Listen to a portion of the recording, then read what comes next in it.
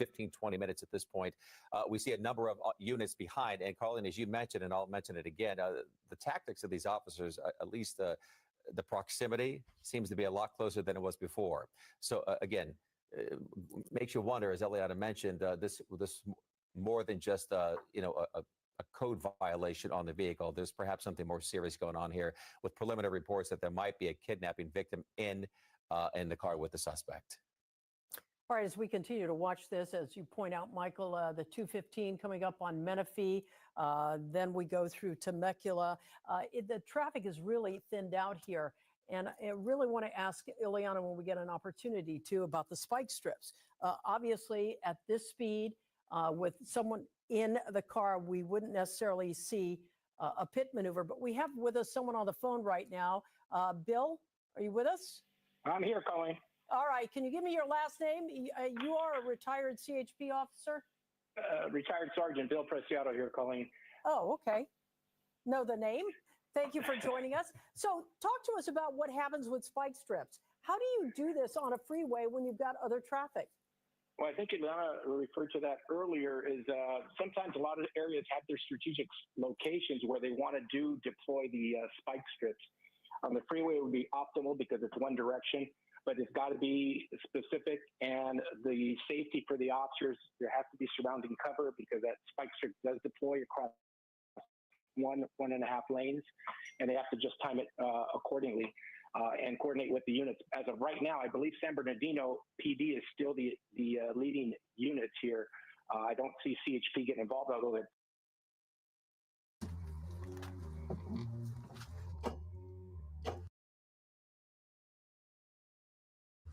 battery's dead.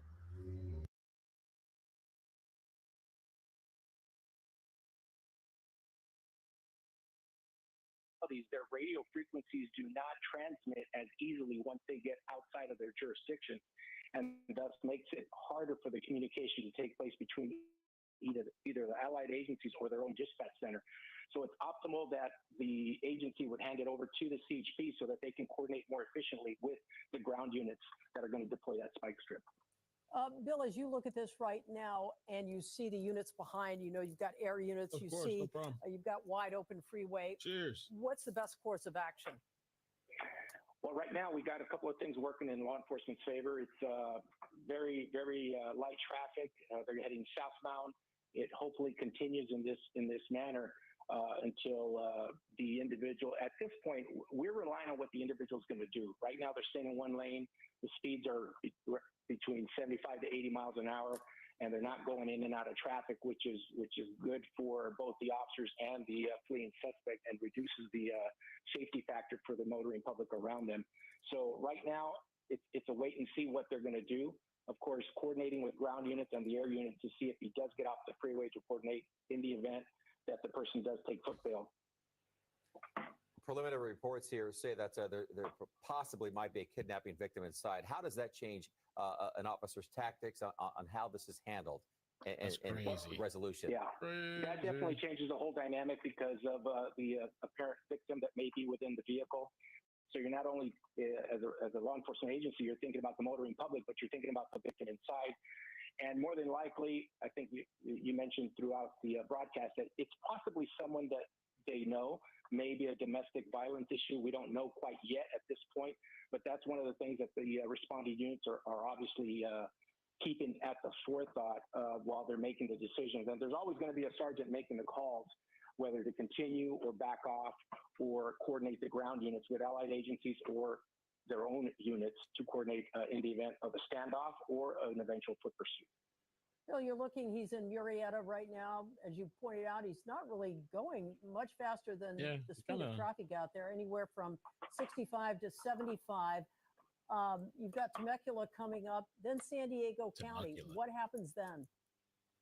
Well, the benefit with the CHP is that we've got divisions. Actually, CHP has got divisions throughout the state. There's 8 divisions. So this would be their border division, which goes all the way to the Mexican border. So they are coordinated. At some point, if it gets to that point, and we've seen this in the past where it gets close to the Mexican border, they do coordinate with the Mexican officials if, in fact, it gets to that point. and they would assist in that way, but the units would not cross into or across the border if it gets to that point. They would coordinate just with the units on the other side of the border. But right now, I would say at some point they're going to have to turn it over to the CHP if this is still San Bernardino PD in the pursuit at some point, just for officer safety issues and radio communication issues. You know, Bill, I was just going to ask you that on the topic of CHP and the handoff. Are you surprised they haven't done a handoff already? You know what? We leave it up to the initiating agency, and as we know, this has been going over an hour and initiated in the San Bernardino area, so they've got the call on the particular incident. Why it hasn't been done up to this point, because we are quite a bit away from the San Bernardino County line. So at some point, the sergeant or the agency is going to have to make the call. And in this case, the CHP would assist, and of course, obviously, they would turn over the body to the initiating agency just for uniformity and filing purposes for the court jurisdictions and so forth. Bill, as we look at the tight shot from News Chopper 4 here, I can't help but notice we're passing through some residential areas. Would it be normal for police in that jurisdiction or any kind of law enforcement to stop traffic from getting on the freeways there?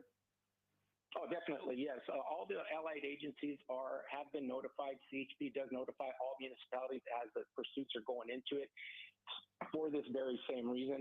So they can coordinate either holding the traffic getting onto the freeway southbound, or just to be ready in the event that they do exit and we need assistance on the surface streets. Bill, talk about the benefits at this point. CHP, San Bernardino Police, they have what on their side, at least right now, with this driver? Nothing. Well, the first and foremost thing is that traffic is very light. The speeds are, you would say, actually normal freeway speeds, right? 70 to 80 miles an hour, what we're seeing out there. He's not erratic. The driver's not driving erratically, using all lanes, or at some point they were using the emergency lane where traffic was a little more congested, and that is of concern to the pursuing units. But in this case, it's pretty wide open. I think the wait and see tactic is probably going to be the most beneficial for the responding agency. And at this point, one of two things: either a spike strip up ahead where it's pre-coordinated, or where the individual eventually does, and we've seen this case in other pursuits, where they run out of gas and start slowing down.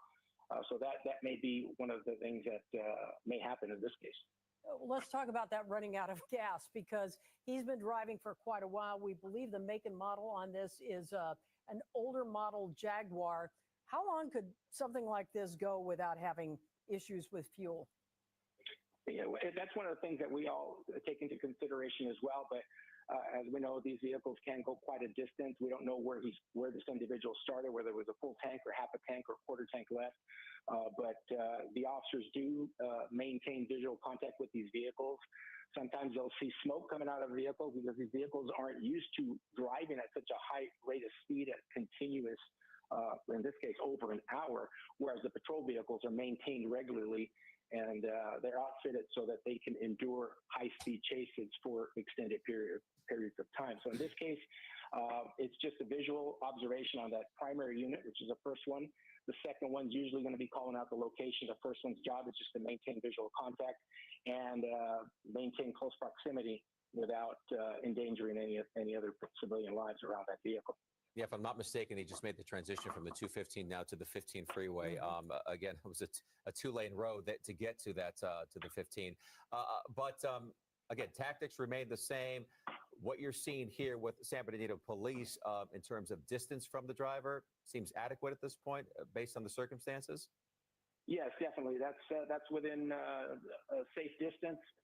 Each agency has their policies and Can't believe procedures. it's been this long. Been a sub/watching much longer. Peace of emoji. I believe 3 or 5 that we just saw on the camera. But that would be normal protocol for most agencies to continue pursuing at a safe distance with air unit support above, which I believe there still may be either CHP or the local sheriff department may be assisting with an air operation. Bill, we understand the driver is a male, and he may have a passenger. I'm not sure how we've come by that information, but we're trying to confirm there may be a passenger who's in a car being held against their will. How does that change the nature of what you do in a chase like this? Well, in a lot of instances, the tactics that they can use, such as a pit maneuver, is probably not going to be an option at this point because of the innocent person or quote unquote innocent person that's in there, possible kidnapping victim.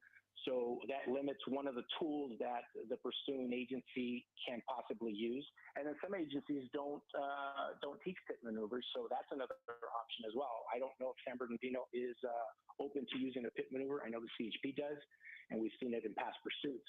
So that's at the forefront is the safety of the individual. And of course, this is all second information coming from, it went to the dispatch center and it gets out to the responding unit that it could be a possible kidnapping since there's two people in there.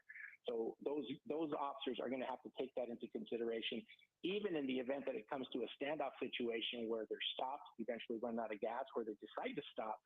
They're going to take the individuals out one at a time until it is completely clarified. They will probably put those people in handcuffs until it's determined completely what exactly was going on. All right, retired Sergeant Bill Preciado, thanks so much for your expertise on this. As we mentioned, he's in Temecula right now. We're going to keep an eye on this situation, bring you more as we get it. All right, living in LA County is about to get more expensive. Let me pull up the YouTube page. Hold on. What they doing here? Don't leave. I know 1,000 you want to leave right after. There we go. Here we go. Here we go. Look at all those cops. Oh, this much longer anyway due to the weather. Wow. A lot of cops. Tyler, you can turn her on. We can go home.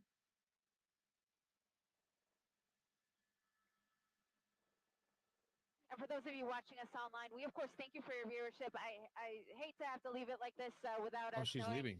The final She's leaving? termination here, but we're going to continue to keep tabs on this one and make calls to our friends down in San Diego. Is she The leaving? pursuit is headed their way. We're just at the 15 freeway at Temecula Parkway. You see all of the units here in pursuit, still very active in pursuit behind this guy, but we've come to a situation where we are experiencing some low clouds here, so we are going to be U-turning back to base. We of course are going to have an update for you on this pursuit on our later newscast. We have a newscast man, at 7 and 1 we got almost 5,000 people in here. 4,700. and of course always on NBCLA.com. Oh hell nah.